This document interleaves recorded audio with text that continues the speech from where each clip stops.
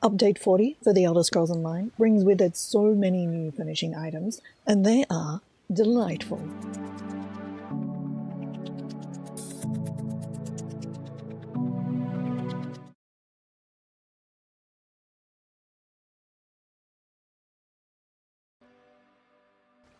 Hello, it's Icy back with the new finishings. 71 new finishings available for the update 40 update. Now, this is a free update. All of these things are either going to be available for crowns, a bunch of them are going to be available for gold, some of them, though not the ones we look at today, are going to be available by farming, and we'll look at those next video. But let's take a look at all of the things that are currently listed in the Crown Store. So a bunch of these are the ones that I know are available for gold, I'll point out. But so far as I can tell, pretty much all of these have a matching finishing plan, though it's not clear where the gold ones will actually drop from. So do keep that in mind. So let's start up here with, as always, the aquatic. So we have more plants. We have some Apocrypha coral pink tubes, spiky ones, smaller glowing ones, and pretty much everything I'm going to show you here under the conservatory section are available for gold. We have another boulder. So these are all available from the housing vendor in Necrom. Unlike previous updates where there's been a new story DLC and a new vendor, they have actually taken these additional finishings and given them to the existing vendor, which is great, which is really good. So we've got black. I mean, if you want to go boss ferns, why not? As well as a lush green one. Oh, we've got stalky eyeballs. I mean, yes please, stalky eyeballs, yes please. And a yellow version of the daylilies, which is rather nice. There's an existing blue one, but the yellow ones are a pleasing addition. Mushrooms, of course, we have lots more mushrooms. So we've got these kind of black drippy ones, I guess. Additional versions of the russet chanterelle, I think that's how you say it.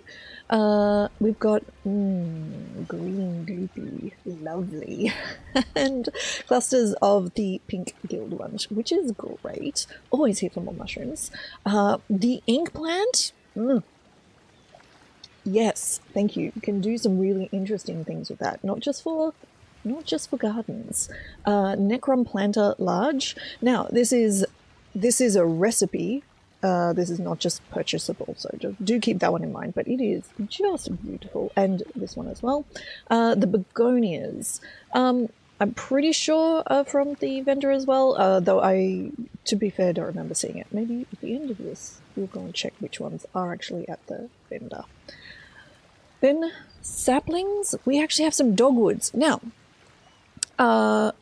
you will see, going through here, there are a lot of druid furnishings. These furnishings, the druid style ones, I am not sure where these are coming from. Whether these are in fact going to be crown only. The Necrom Apocrypha plants are purchasable. These ones, I don't know where they come from. So I suspect that these ones, the druid style ones, are probably crown only. Another spiky Apocrypha agave. Is it an agave? It's a succulent. It's a big succulent. That's fine. And we have, freaky mushroom trees. Yes, please. Glowing mushroom trees. Oh, yes, thank you. This one in particular, I have plans for in a house. I absolutely have plans for that one. So, as you can see, some more gallon dogwoods. And then we have just an extra verdant vine run. We've had this lighter green vine shade for a while, but we didn't have this particular shape, so good that it's been added. Alrighty. So, reclaimed wooden post. Now, this one, you might think this is druidic, but no, this is Necrom, the Cypher's Midden style. So that one is actually available to purchase. We have Big Boy Druid. He's so amazing, and he is absolutely ginormous. The hole in the center is like at least sort of 6-7 meters tall. You could put some of these together and just create the most amazing shape. This one's probably crown only. And we also have a beautiful ancient augur face as well. These are great. I'm so impressed by these. Necrom merchant cart, lovely. Probably a farmable plant, but I'm not sure about that one. The Necrom wind chime, which has got some animation, which is great. It doesn't have a noise, but it does, well, actually I'm not sure how it chimes because they're all separate, but they do move nicely in the wind. Now, there are additional apocrypha styles. This spooky bat bench. I love spooky bat bench. I wish to decorate with spooky bat bench. I think this would also make a fantastic relief in the wall. Just sort of adjust it into the wall so you only see the spooky bat. If you're running a Halloween furnishing competition, Halloween house decorating competition, maybe just hold off for a little bit until after all of this drops and gives people a chance to go absolutely batty with it. Just a suggestion. We have a spiky bench. I mean, this is an accident waiting to happen. One uncautious move and you're gone. You're gone. I'm not sure about the spikes. At least not pointing up. Love this though. Love this. So great. So great. Tables. Now, these are very interesting. These are super duper interesting. Lovely twisted metal, but the marble top, how great! Kitchens, bathrooms, flooring. The one thing that I wish is I wish that marble design on the top was created in such a way that you could actually make it repeat, and it's not quite. I think you could kind of fake it, but if it was like, yeah, done in such a way that you could basically tile them and get yourself a perfectly matched marble floor, that would be amazing, but that's okay. Another time. So we have, it's not quite the same size table, but we have like a darker marble vibe, which is also lovely. And this rather attractive round Necrom table. I find the Necrom furnishings chunky. They're a bit chunky. Bit too chunk. But this one's lovely. I like this one so much. So then we have... Where are we? I'm pretty sure there's not... Oh, there we go. A druidic kettle clay. I mean, that just looks like the most lovely teapot to me, and I would very much have that in my house. There's also an addition of a whole bunch of druidic sort of bits and pieces. Now, some of these are white, so I don't know if that means they're going to drop somewhere, they're going to be purchasable, how this is going, or where they come from. So yeah, I'm not sure. Perhaps, I don't know, for example, if all of this was planned a long time ago and things have changed and they've just put them in anyway, or will they be farmable in Gallon? I don't know. So if anybody does find out later where these are going to come from, let me know in the comments and I will pin that comment. But the clay stack of plates, fabulous, fabulous. We have some druidic goblets, and this water jug, I mean... once again, would take product place on my IRL bench, for real. We have a hide stretcher, and also a smoking rack, which is quite cool. And then we've got our drying rack for tea towels, or I guess dyeing, possibly. And the rather nice drying rack for this one too. It's so cute. It just adds... I do like things that add life to houses. They're lovely. More druidic pots in two sorts, both of which are absolutely beautiful. And this fabulous giant sliced pumpkin, just in time for Halloween. So that's a rather nice one. And then, naturally, we have a whole bunch of library stuff, because this is the Apocrypha Furnishing Update, really. So we have this great marble top desk. Love this one. These spikes here, stand up too quickly, tear your thighs. I'm just saying. All of this furniture designed for Daedra, who don't care about that stuff, I'm sure. Then we've got a whole bunch of books, and I love it. So we have a large twisted book pile, a book pile medium, a book pile short, and a book pile floating. And of course this one you could put up or down or however you liked to get this effect. Now, one thing that's quite interesting in here, you might remember from the previous video where we looked at the Apocrypha house, that there were big flat circular book piles. They don't appear in here as a purchasable item in the Crown Store. And I will need to check as well, but I don't think that they're a farmable recipe. I'll update that later if that changes, but if you want those ones, you might need to consider getting that house furnished. They might be droppable through the new Endless Dungeon, that's possible, but they're not appearing in here in the Crown Store. So then we have many bookcases. Batty bookcase, beautiful. This one is amazing. And a valuable furnishing item, because on this side we have perfect castle wall. This side gives great castle wall vibes, while this side gives you great bookcase vibes. I think this could be a super valuable plan to have in anybody's toolkit. Batty bookcases, filled and not filled. Spiky bookcases, filled and not filled. And then, oh my goodness me. Okay, I don't know where these are going to come from.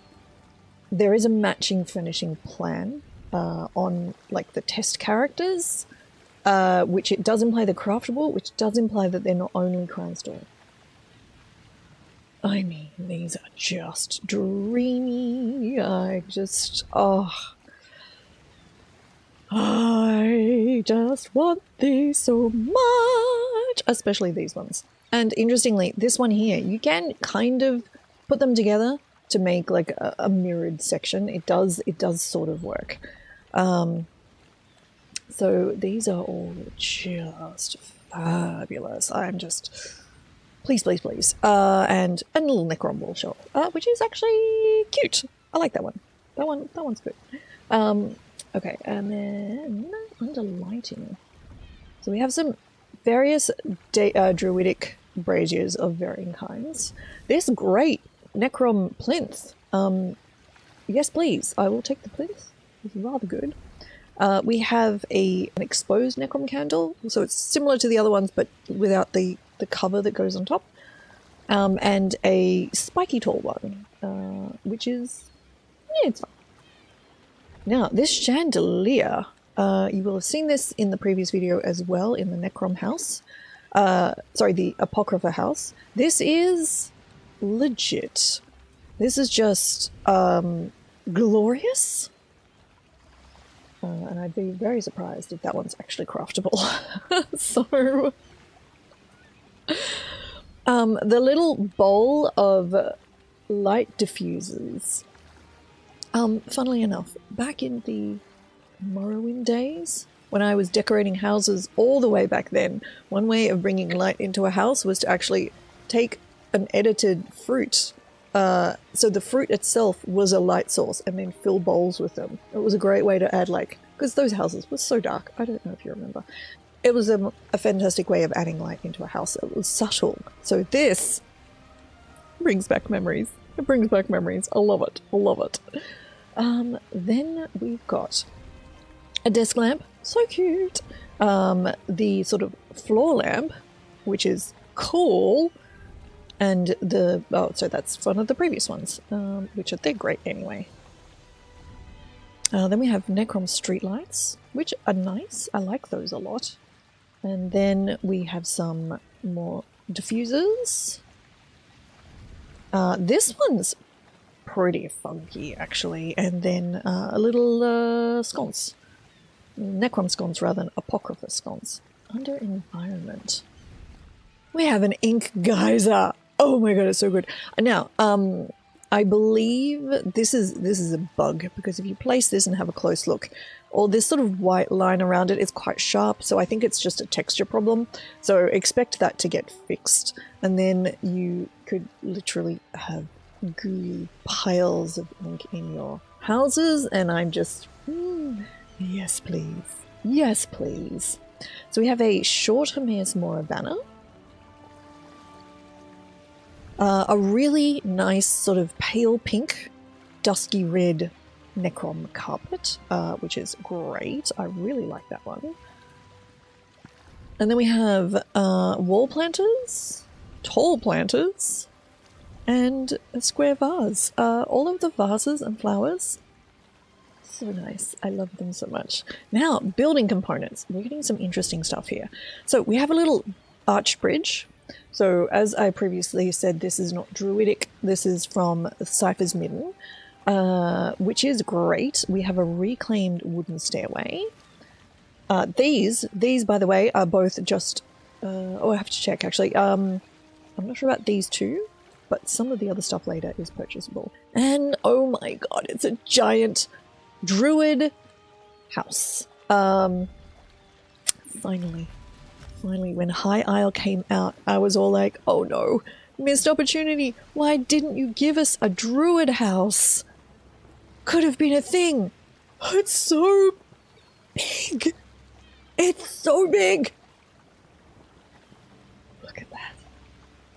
I don't know where this comes from. I don't know if this is crown only. I don't know if this is farmable, but it's so fantastic. It is just amazing. It is amazing, and I'm just like, wow.